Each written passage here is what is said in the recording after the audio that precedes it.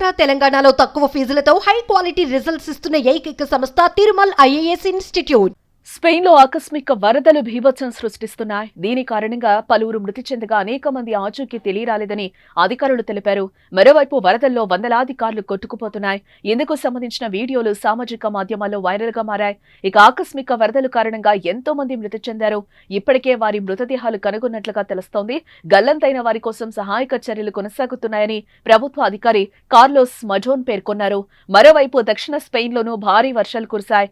దీంతో అక్కడి వీధులు బురద నీటితో నిండిపోయాయి. వరదల కారణంగా పలువురు తప్పిపోయినట్లుగా అధికార ప్రతినిధి పేర్కొన్నారు. తప్పిపోయిన వారి కోసం డ్రోన్ల సహాయంతో గాలింపు చర్యలు చేపట్టినట్లుగా వెల్లడించారు. ఈ నేపథ్యంలో స్పెయిన్ కేంద్రం ఓ సంక్షోభ కమిటీని ఏర్పాటు చేసింది. దీంతో వారు సమావేశమై పరిస్థితులపై చర్చించారు.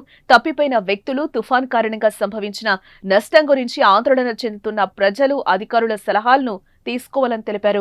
ఇదిలా ఉండగా రాష్ట్ర వాతావరణ సంస్థ వాలెన్సియా ప్రాంతాల్లో రెడ్ అలర్ట్ ప్రకటించింది.